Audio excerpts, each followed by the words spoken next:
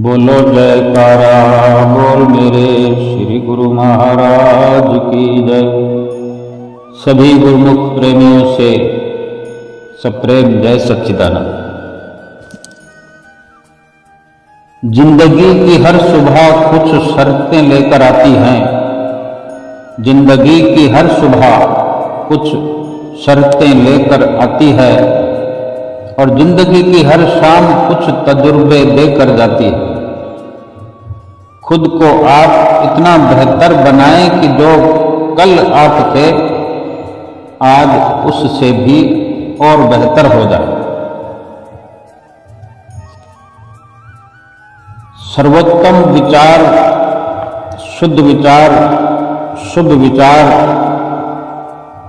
के साथ अपनी हर सुबह की शुरुआत होनी चाहिए। हर किसी के जीवन का हर लम्हा, हर पल कुछ बेहतर होता चला जाए।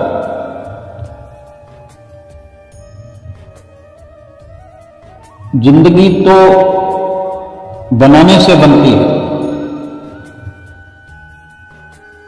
ये मानकर चलना होगा कि जिंदगी अगर खूबसूरत ना होती, मनुष्य जीवन ये स्वर्णिम अवसर ना होता तो देवता भी इसकी याचना जो करते हैं।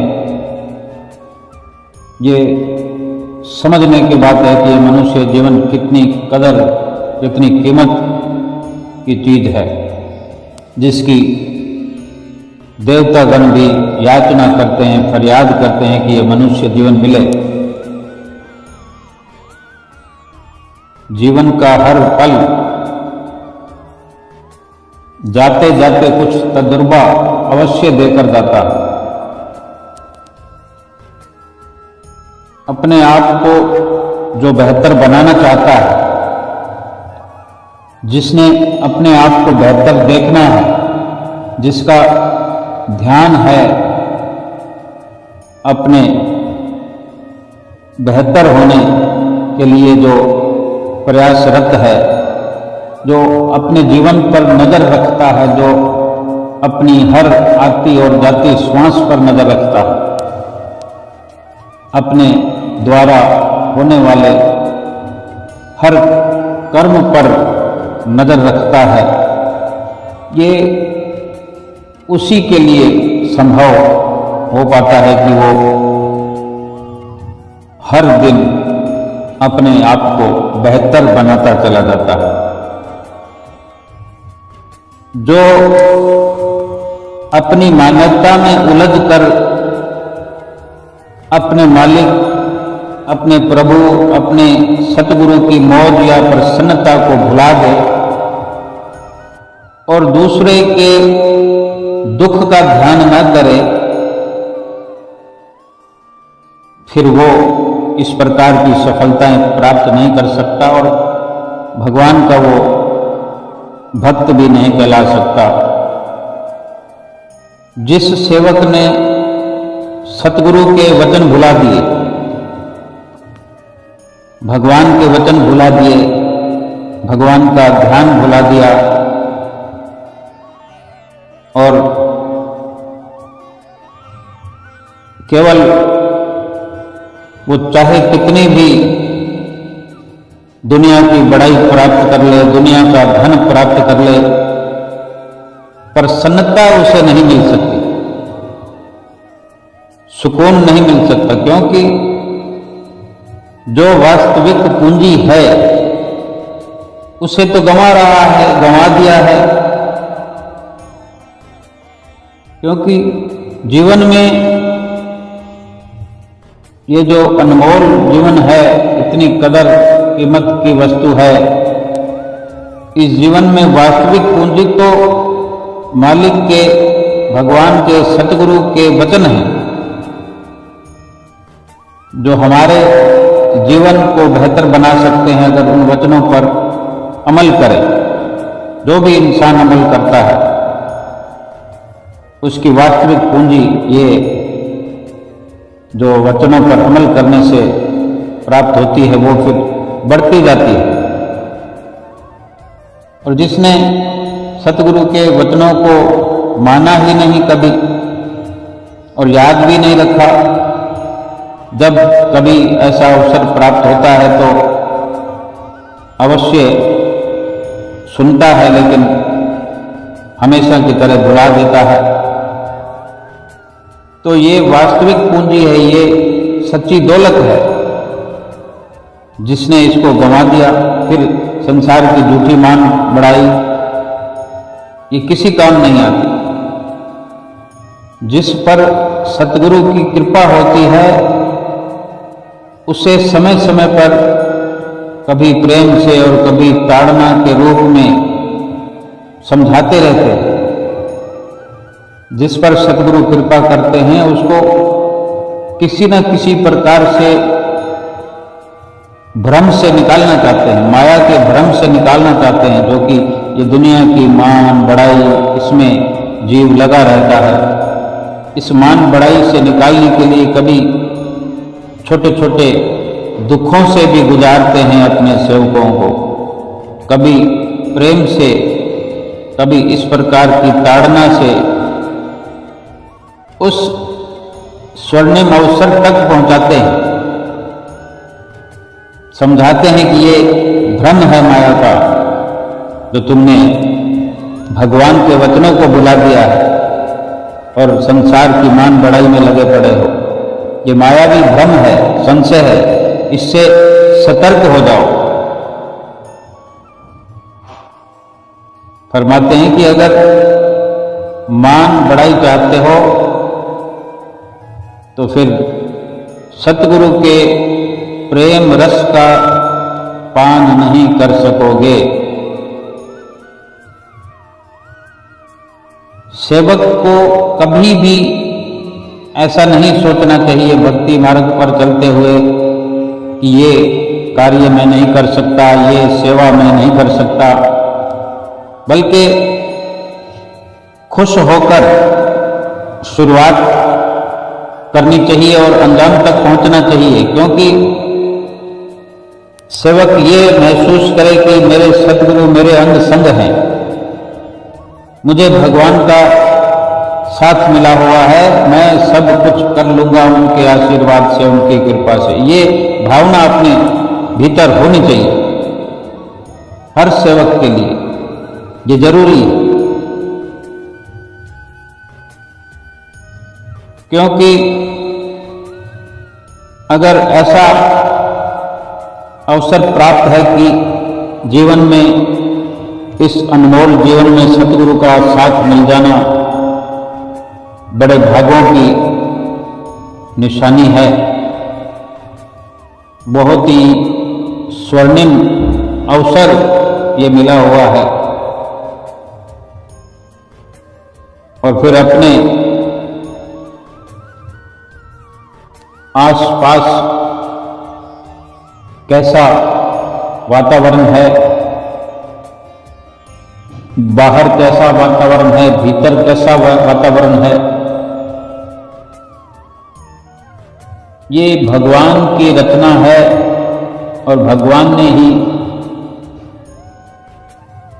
एक, अगर समझें तो भूल भुलैया में भी जीव को पहुंचा दिया। जैसे हमने सुना भी है कि दुनिया में ऐसी जगहें होती हैं जिनको भूल भुलैया के नाम से पहचाना जाता है कि अगर कोई नया व्यक्ति उस भूल भुलैया में, वहां ऐसे रास्ते होते हैं, ऐसा नक्शा होता है कि फिर नया व्यक्ति जल्दी से समझ नहीं पाता कि मैं कहाँ आ गया हूँ। वो जितनी भी दौड़ लगाता है इधर से उधर, अपने किसी ठिकाने पर नहीं पहुँच सकता। वहाँ से निकलना चाहता है तो घूम फिर कर फिर वहीं आ जाता है। एक बार भूल भुलैया के उस रास्ते पर पड़ जाए, फिर वहाँ से निकलना मुश्किल हो जाता है। और अगर कोई साथ में रास्ता समझाने वाला है, उसी के साथ अगर निकलने का प्रयास किया जाता है तो बड़ा आसान हो जाता है, बड़ी आसानी से उस भूल भुलैया से बाहर निकला जा सकता है। ये एक संसारिक उदाहरण है। बाहरी इस शरीर मनुष्य जीवन के लिए जो बाहरी संसार में भूल भुलैया का ये उदाहरण है, लेकिन अब हम विचार करें कि परमात्मा की बनाई भूल भुलैया एक और भी है, वो है इंसान का शरीर। इंसान के शरीर के भीतर भी दो भूल भुलैया हैं। एक है आंखों से नीचे का हिस्सा और दूसरी भूल भुलैया है आंखों के ऊपर, जो ये सर है, ये खोपड़ी है। आंखों से नीचे की भूल भुलैया में खोकर हम उस परमात्मा को भूल जाते हैं और भूले हुए हैं। श्री आरती में भी हम गायन करते हैं, तले की वस्तु गगन ठहरावे, गुरु के शब्द सर से, सो सूरा सो पूरा बल में गो बरते। एक भूल भुलैया ये नीचे है, आंखों से नीचे, जिसको पिंड देश भी कहते हैं। एक भूल भुलैया आंखों से ऊपर है, जिसको ब्रह्मांड देश कहते हैं। आंखों से नीचे की भूल भुलैया में तो खोए हुए ही हैं हम, क्योंकि ये पिंड देश की सीमा है। आंखों से नीचे सारा पिंड देश है। पिंड देश में हमारी सुर्ती फैल गई है। इसी को ऊपर की ओर ब्रह्मांड देश में पहुंचाने की ओर जो हम आरती में नित्य प्रति गाते हैं, उसमें इशारा है कि तले की वस्तु गगन ठहरावे, गुरु के शब्द सर से। जो ऐसा कर लेता है, यानी नीचे जो हमारी सुरती फैली हुई है, इस पसारे में फंस गई है, इस भूल भुलैया में, पिंड देश की भूल भुलैया में भूली हुई है, इस सुरती को समेट करके ऊपर की ओर, जो ये सुमरन के माध्यम से हो सकता है, सुरत शब्द के योग से माध्यम से होता है, सुरती को ऊपर चढ़ाया जाता है। गगन के न्याय, जिसको ब्रह्मांड देश को इशारे में कहा गया है कि ब्रह्मांड में सुरती को पहुंचाना। इस भूल भुलैया के 9 दरवाजे हैं। शरीर के भीतर जो भूल भुलैया है नीचे की ओर, इसमें 9 दरवाजे हैं। आंखों से नीचे की जो भूल भुलैया है, जिस भूल भुलैया में फंस जाने के कारण भगवान को हम भूल जाते हैं, भगवान का नाम भूल जाते हैं। इसके 9 दरवाजे हैं।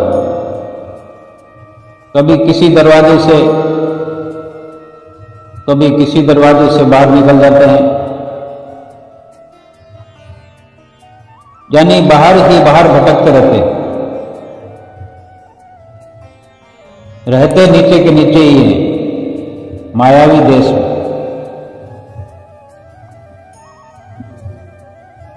दूसरी भूल भुलैया जो आंखों से ऊपर है, जिसका रास्ता भी अंदर ही है और अंधेरा भी है, लेकिन इसका बाहर कोई दरवाजा नहीं है। बाकी जो 9 दरवाजे हैं नीचे की भूल भुलैया के, उसके सभी द्वार बाहर की ओर खुलते हैं। ये मायावी द्वार हैं, पिंड देश के बाहर हैं, द्वार हैं। और जो भीतर की भूल भुलैया है आंखों के ऊपर,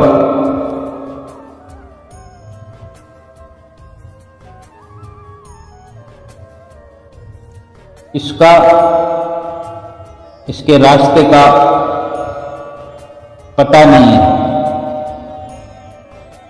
और भीतर अंधेरा है। जो मायावी देश है, पिंड देश है, जिसमें 9 दरवाजे हैं, इसको ढूंढने की, कुछ करने की इंसान जरूरत महसूस नहीं करता। इससे निकलने की कोशिश नहीं करता, क्योंकि उसी भूल भुलैया में, माया में रच पच कर रह गया है। उसी को अपना असली ठिकाना समझ लिया है, वहीं पर रहना स्वीकार कर लिया है। अगर सही प्रकार से देखा जाए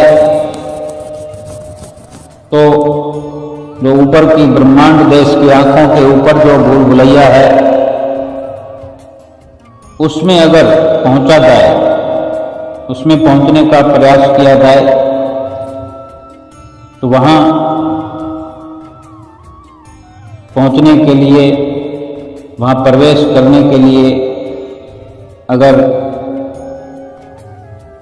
साथी मिल जाए, गाइड करने वाला मार्गदर्शक मिल जाए, और वहां के मार्गदर्शक संत सतगुरु हैं, तो उनके मिल जाने से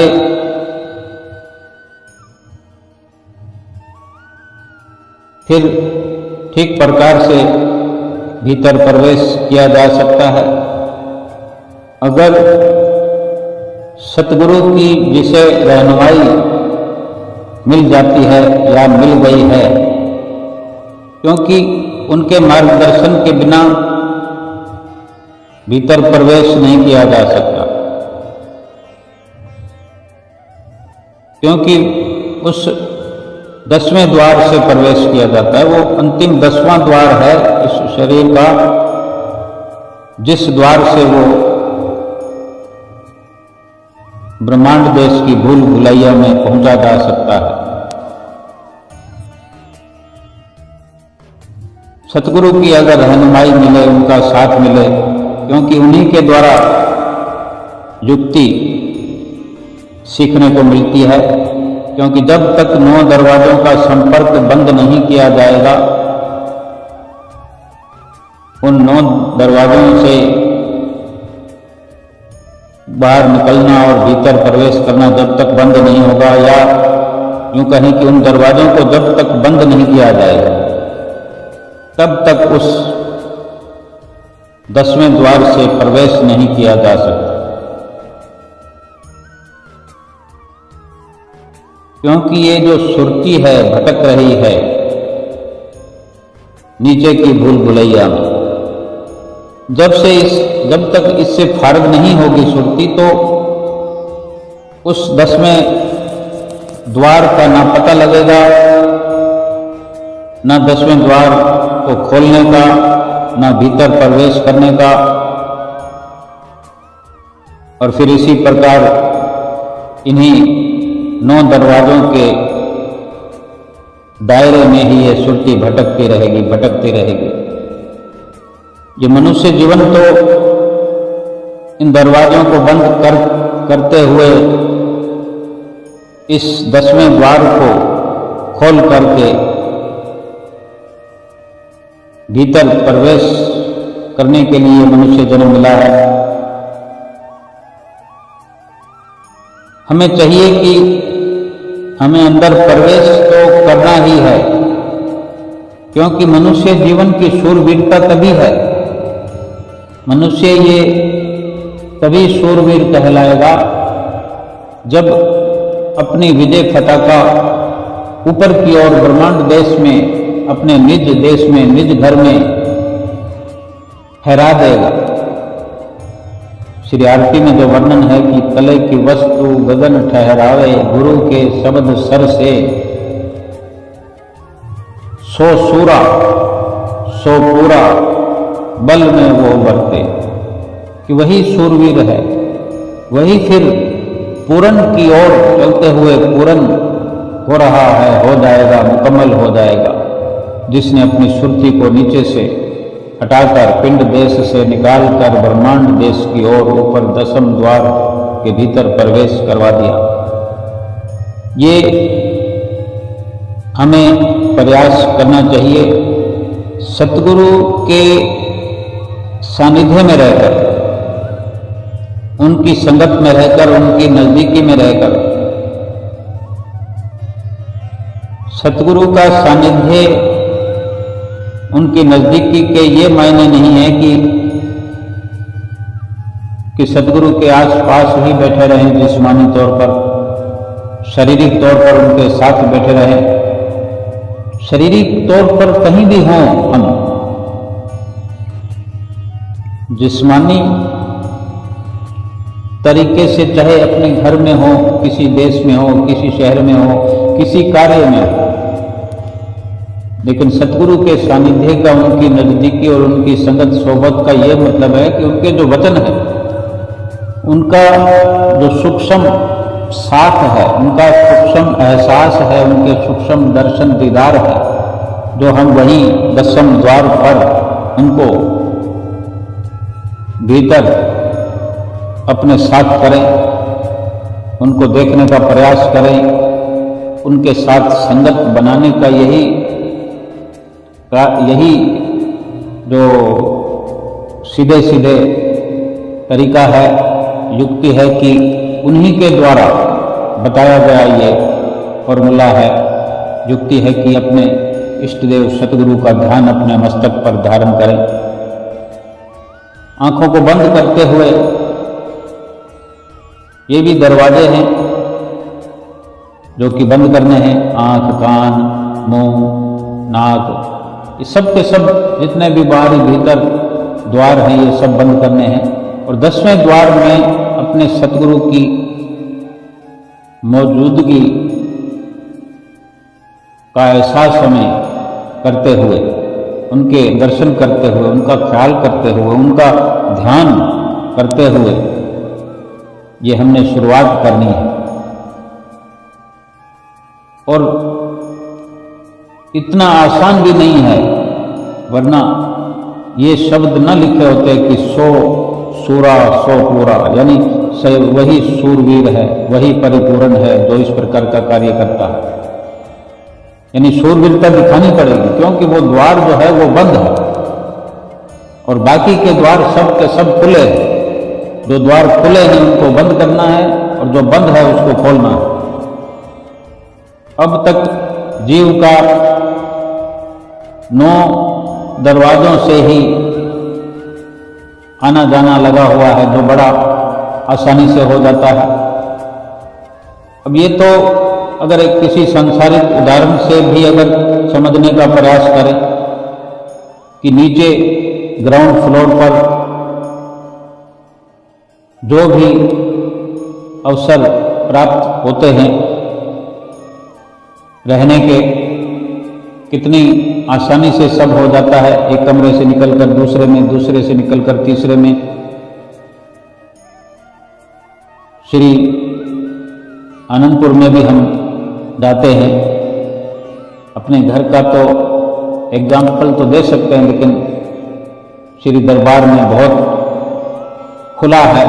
वहाँ पर चाहे जितनी मर्जी गिनती करें कमरों की, हॉल हैं कितने, और जितनी भी जगहें हैं, अच्छा एक समझने के लिए कि वहाँ जितना भी नीचे हम देखें कि नीचे हमारा कमरा है, नीचे दर्शन हॉल है, नीचे मंदिर हॉल है, नीचे शांति भवन है, और नीचे रहने का कमरा है, हजामत घर है, दर्जी खाना है। और जब श्री प्रयाग धाम में प्रवेश करते हैं, वहाँ पर पर्ची बनती है, वो भी नीचे है। बस स्टैंड पर हमारी चाहे बस है, बस में हम आए हैं उर्ली आश्रम से, या अपनी गाड़ी में आए हैं, ऑटो में आए हैं, कार में आए हैं, तो बस स्टैंड पर भी वो भी नीचे ही है, ग्राउंड फ्लोर पर है, जमीन पर है। कहीं कोई परेशानी नहीं होती। वहाँ से सामान लेकर वहाँ चले जाते हैं, वहाँ से लेकर वहाँ चले जाते हैं। फिर अगर तीसरी मंजिल पे कमरा हो और लिफ्ट ना लगी हो, फिर कितनी मुश्किल हो जाएगी अगर हमको दिन में कई बार अपने कमरे में जाना पड़ेगा, कई बार कमरे से वापस बाहर आना पड़ेगा, तो सीढ़ियां चढ़ चढ़ के इंसान परेशान हो जाता है। यही कि अब तक नीचे जो आदत पड़ी हुई है वो बड़ा आसान लगता है, लेकिन असली ठिकाना अगर ऊपर है तो असली ठिकाने में तो जाना ही पड़ेगा। अपना कमरा अगर ऊपर है, तीसरी मंजिल में है, तो वहां तो जाना ही पड़ेगा। अब चाहे कितना भी मुश्किल से जाएं, लेकिन अपने ठिकाने पे तो जाना ही पड़ेगा। इसीलिए कहा गया है कि वो शूरवीर है जो ऊपर की चढ़ाइयां चढ़ता है। ये बाहरी उदाहरण का तो समाधान हो सकता है, ऊपर कमरा है उसका कमरा बदली करके नीचे किया जा सकता है, लेकिन शरीर के भीतर के इस नक्शे की बात करते हैं कि जो विधाता ने रच कर भेजा है कि 10वां द्वार जो है वो ऊपर है और इसी में आत्मा का असली ठिकाना है। इसको नीचे नहीं किया जा सकता। हाँ, जब तक ये द्वार न खुले, 10वां द्वार न खुले, तब तक ही मुश्किल है। क्योंकि फिर जैसे लिफ्ट लगी हो हमारे ऊपर कमरे में जाने के लिए, फिर तीसरी मंजिल तो क्या 10वीं मंजिल हो तो भी बड़े आराम से चले जा सकते हैं, लेकिन फिर लिफ्ट लगाने के लिए परिश्रम तो करना पड़ेगा। जब तक नहीं लिफ्ट लग जाती, जब तक ऊपर जाने का इस प्रकार का आसान समाधान नहीं हो जाता, तब तक तो मेहनत करने की खास जरूरत रहेगी। इसी प्रकार शरीर के भीतर जो 9 दरवाजे हैं वो नीचे ग्राउंड फ्लोर पर हैं, वो मायावी जैसे, और ये 10वां द्वार जो अब तक खुला नहीं है उसको खोलना है। और उसको खोलने का तरीका जो है सतगुरु बताते हैं। ये कोई लकड़ी का दरवाजा नहीं है, कोई लोहे का दरवाजा नहीं है कि लोहे के दरवाजे को भी खोला जा सकता है, चाबी से खोला जा सकता है, कटर से काटा जा सकता है और छेनी हथौड़ी से भी तोड़ ताड़ करके प्रवेश किया जा सकता है। लेकिन ये जो भीतर का 10वां द्वार है, इसको खोलने का पता नहीं है कि कैसे खुलेगा। इसमें छेनी हथौड़ी की जरूरत नहीं है, कटर से काटने की जरूरत नहीं है, ताले चाबी की जरूरत नहीं है, लेकिन कुछ न कुछ कार्रवाई तो ऐसी ही है। अगर ताले चाबी से अगर हम समझने की कोशिश करें तो वो ताला चाबी का हमें ज्ञान नहीं है कि वहां जो ताला लगा है वो कैसा है, उसकी चाबी कैसी है, क्योंकि वो नीचे के दरवाजों से भिन्न है। अगर उसको काटना है कटर से तो वो भी अलग प्रकार का चाहिए। यानी ये युक्ति सतगुरु के द्वारा से मिलती है, मिल रही है, मिल चुकी है कि अपनी सुरती जो नीचे बिखरी हुई है उसको वहां ऊपर पहुंचाना है, प्रवेश करना है, उस दरवाजे से प्रवेश करना है, तो उस दरवाजे के पास पहुंचना तो पड़ेगा। पहुंचने के लिए सर्वप्रथम प्रयास करना यही है कि ये जो हमें सुमरन की विधि समझाते हैं कि शब्द और सूरत के योग से जो श्वासों का जो हमें सुमरन बताया जाता है कि नाम से जुड़ करके धीरे धीरे अपने श्वासों के द्वारा उस द्वार तक अपनी सुरती को पहुंचाएं। जिस सुरती को भीतर प्रवेश करवाना है तो उस दरवाजे तक तो पहुंचाना पड़ेगा, और इस प्रकार उस दरवाजे तक पहुंचकर सतगुरु ने जो ये नाम जपने की विधियां बताई हैं, तरीका बताया है कि इस प्रकार से नाम के निरंतर सुमरन से, नाम का सुमरन करते रहने से उसको एक चोट कह सकते हैं। उस दरवाजे को हर बार हर श्वास में नाम की चोट से खोला जा सकता है। वचन भी महापुरुषों के हम सुनते रहते हैं कि निरंतर अभ्यास करते रहने से ये सब संभव हो जाता है और इस प्रकार से सफलता प्राप्त होती है और ये इंसान, ये जीव शूरवीर कहलाता है, क्योंकि अपने मकसद में कामयाब हो जाता है। वरना अपनी मर्जी से तो फिर वो मायावी जो भूल भुलैया है उसमें ही भटके हुए हम पड़े रह जाएंगे। फिर हमें होश ही नहीं है। जब इस प्रकार का हमें ख्याल ही नहीं है कि क्या 10वां द्वार भी है, वहां भीतर प्रवेश भी करना है, जब इस प्रकार की सोच जागृत नहीं होगी तो फिर कैसे उन 9 दरवाजों की सीमा से, दायरे से निकल करके उनको हमेशा के लिए बंद करके 10वें द्वार तक कैसे पहुंचेंगे। और ये समझ तो तभी मिलेगी जब वक़्त के संत सतगुरु की शरण हासिल होगी, जो बता सकते हैं कि किस प्रकार 9 दरवाजों को बंद किया जाएगा, उन 9 दरवाजों से मुक्ति मिलेगी, किस प्रकार फिर उनसे किनारा करते हुए वहां जो सुरती रमी हुई है, फैली हुई है, रची पची हुई है, लिप्त है, कोई भी किसी प्रकार का आदि हो या कोई वस्तु ऐसी है जो कहीं जंग लगा हुआ हो, जमीन में धंस गई हो, उसको निकालना, अगर कोई भारी भरकम वस्तु है तो उसको निकालना कितना मुश्किल का काम है। लेकिन जिसने ये प्रण कर लिया हो कि इसको निकालना ही है, ये बड़ी कीमत की चीज है, इसको यहाँ नहीं होना चाहिए, यहाँ पर पड़ी सड़ रही है ये वस्तु, जंग लग रहा है, अगर यहाँ से निकल करके अपने असली ठिकाने पर पहुंचे तो इस कितनी कदर होगी, कितनी इसकी कीमत होगी।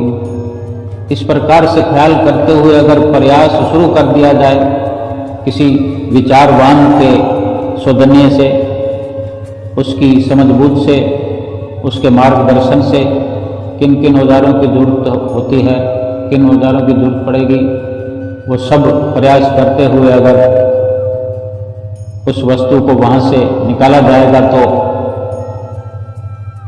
तभी ये शूरवीरता का कार्य कहलाएगा।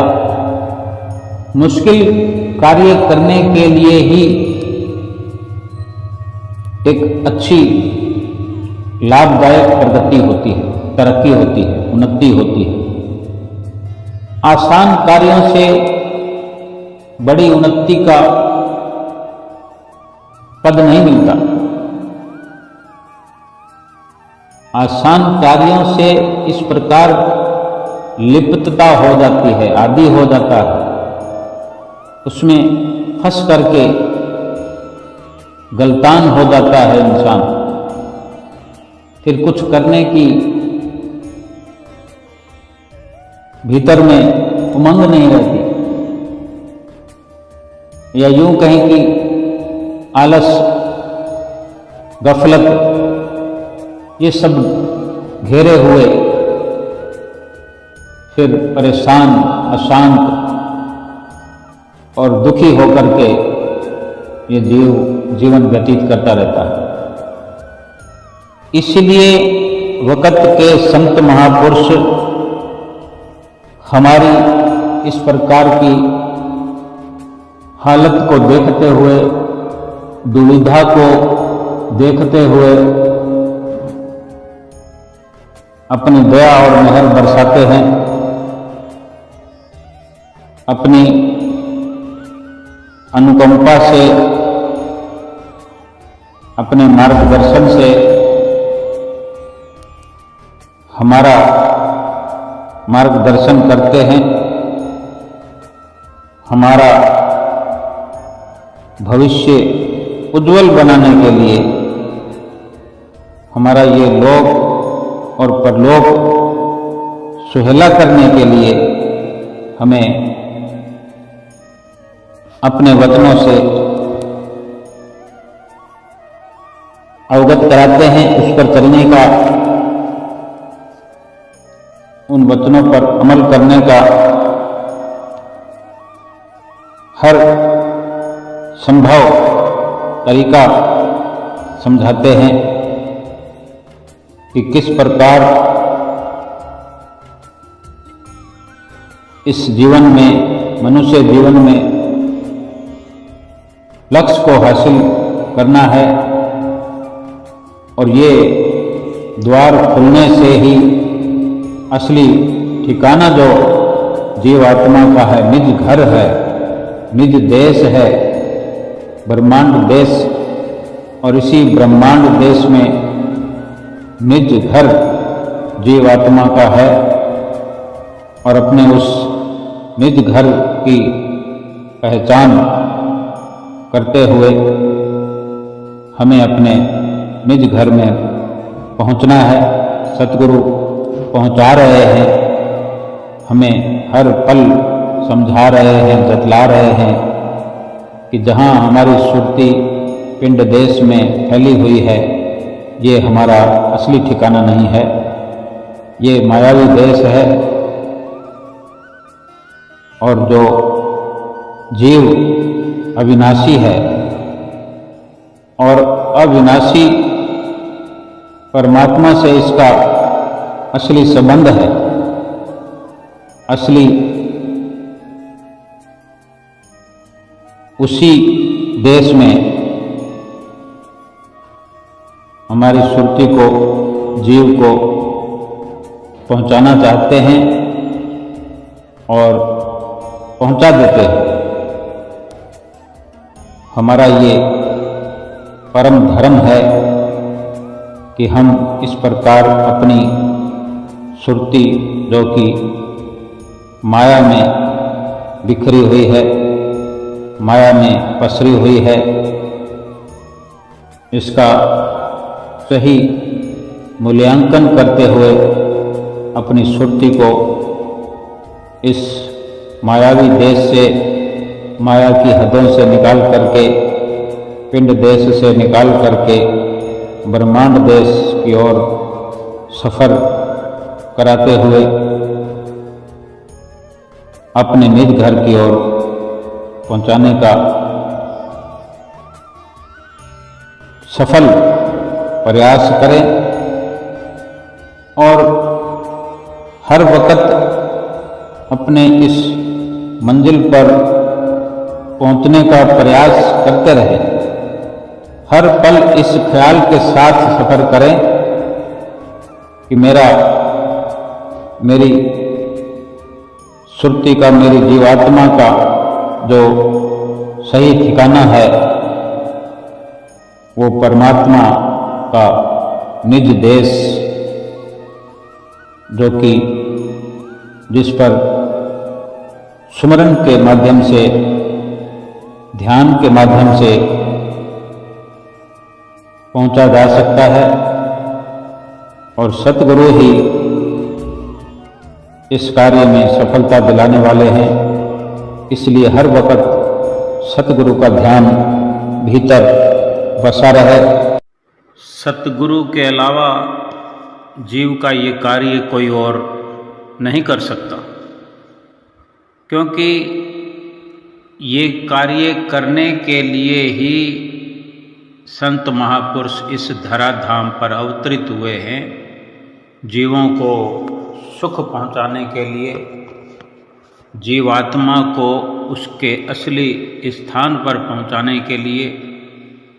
सद्गुरु के अलावा इस दुनिया में कोई दूसरा और इस जीव का हितैषी नहीं है, ना ही इस कार्य को कर सकने वाला है।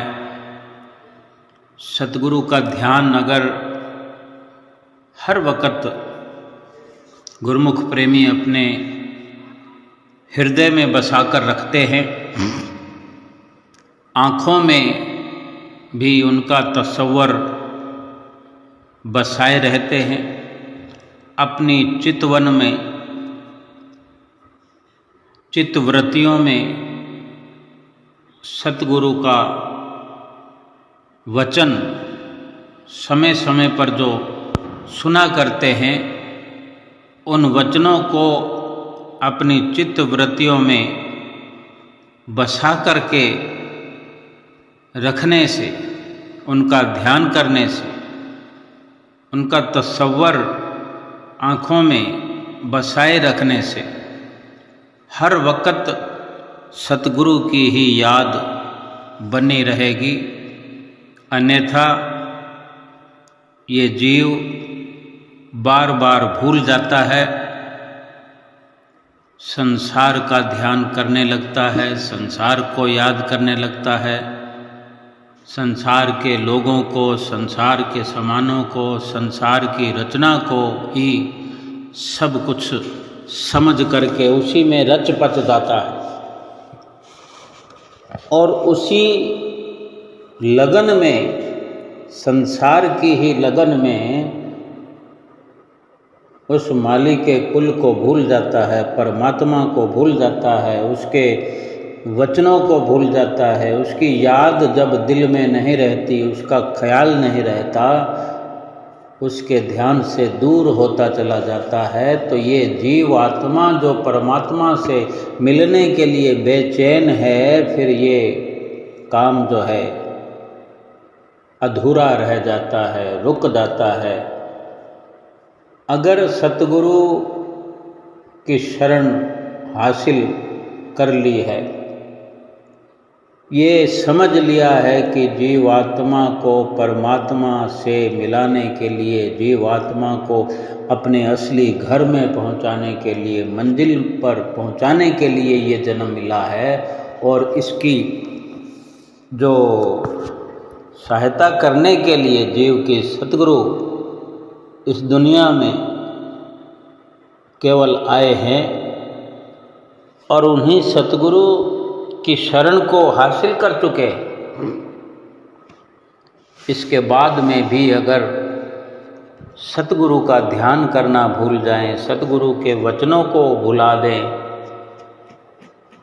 तो फिर संसार की याद तो आएगी, क्योंकि किसी न किसी की याद तो हर वक्त बनी रहती है। किसी न किसी ख्याल को अपने भीतर उठता हुआ ये जीव हर वक्त, हर पल, हर घड़ी देखता, जिनसे मिलता है, जिनके साथ रहता है, जिनसे बोलचाल करता है, जिनसे व्यवहार करता है, वही तो फिर याद आते हैं, उन्हीं का ही ध्यान बसा रहता है। लेकिन जो भागों से सतगुरु की शरण में आ गए हैं और सतगुरु की शरण संगति में रहकर, उनके सत्संग में बैठ कर के, उनकी सोहबत में रह के, जो बार बार सतगुरु महापुरुष फरमाते हैं कि इन्हीं आँखों से जो सतगुरु का ध्यान गुरुमुख प्रेमी करते हैं, वो केवल आँखों से ही नहीं, आँखों से दर्शन ध्यान करते हुए सतगुरु के नूरानी स्वरूप को अपने दिल में बसा लेना है। क्योंकि जब श्री दर्शन करने के लिए गुरुमुख प्रेमी श्री दरबार में, श्री चरनार में पहुँचे होते हैं, कुछ दिनों का ही अवसर प्राप्त हो पाता है श्री दर्शनों का, और जब वहाँ से प्रस्थान करते हैं गुरुमुख प्रेमी अपने घरों को, तब अगर अपने हृदय में सतगुरु को बसाया होगा, सतगुरु का नूरानी स्वरूप इस प्रकार से आँखों के रास्ते अपने दिल में बसाया होगा, दिल में समाया होगा, तभी तो उठते बैठते, काम धंधा करते, घर परिवार में रहते, दुकानदारी करते हुए, नौकरी पेशा करते हुए भी उन लम्हों को, उन यादों को फिर बार बार अपने मस्तक पटल पर ला ला करके एक रील की तरह चलता हुआ देखते रहने से फिर संसार के ख्याल हृदय के अंदर प्रवेश नहीं करेंगे। संसार की झूठी मोहब्बत दिल में नहीं बसेगी। सतगुरु के वचन बार बार उस चलती हुई रील से सुनाई देने लगेंगे, और जब जब भी एकांत में बैठने का प्रयास करेंगे, सुमरन करेंगे, आरती पूजा करेंगे, नित्य नियमों की पालना करते हुए भजन सुमरन में जब बैठेंगे तो बड़ी आसानी से ध्यान जुड़ने लगेगा, सुमरन में आनंद आने लगेगा। इसीलिए महापुरुष बार बार फरमाते हैं कि सतगुरु का ध्यान करो, सतगुरु का ही दर्शन दिल में बसाओ, ताकि संसार के झूठे नक्शों को, संसार की झूठी फिल्म को, संसार के विचार, संसार के विकार दिल में न बस सके। जो गुरुमुख प्रेमी सतगुरु के इन वचनों का पालन करते हैं, सतगुरु के ध्यान को, तसव्वुर को अपने दिल में बसाते हैं, जब दर्शन करते हैं तो ढेर सारा सतगुरु का बख्शा हुआ आशीर्वाद, सतगुरु का सच्चा प्यार सच्चे भाव से, श्रद्धा से अपने हृदय के अंदर भर लेते हैं, और फिर 24 घंटे हर पल, हर घड़ी, दिन हो, रात हो, नींद में हो, जगे हुए हों, कुछ भी करते हों, कैसी भी अवस्था हो, कैसे भी हालात हों, फिर सतगुरु के दर्शन को भुला नहीं सकते। चाह कर भी सतगुरु के ध्यान से अलग नहीं हो सकते। तभी गुरुमुख प्रेमी अपने जीव आत्मा को अपने निज देश में पहुंचा सकते हैं। जिसको सतगुरु की शरण मिल गई है, वो भला क्यों सतगुरु के ध्यान को भुलाए?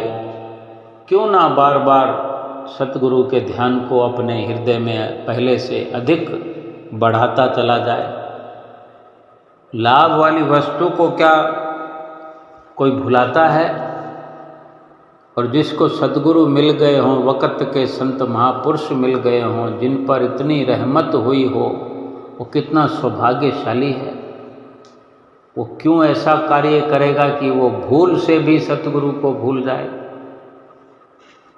और यही जीव के मकसद की कामयाबी का एक जरिया है।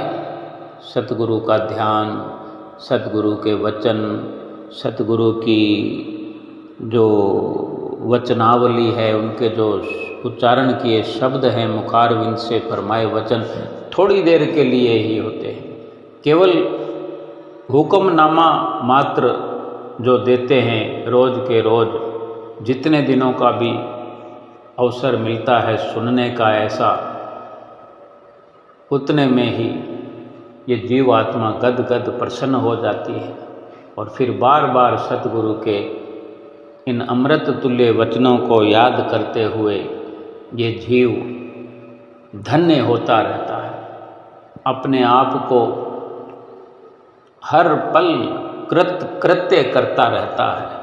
और यही इस जीवन का सच्चा लाभ है, और यही जीवन का असली मकसद है, जो सतगुरु के आशीर्वाद से जीव का पूरा हो रहा है और इसी प्रकार अपने मकसद को पूरा करते हुए लोक सुखी और परलोक सुहेला बनाना है और जीवात्मा को इसके निज घर में पहुंचा देना है। बोलो जयकारा बोल मेरे श्री गुरु महाराज की जय।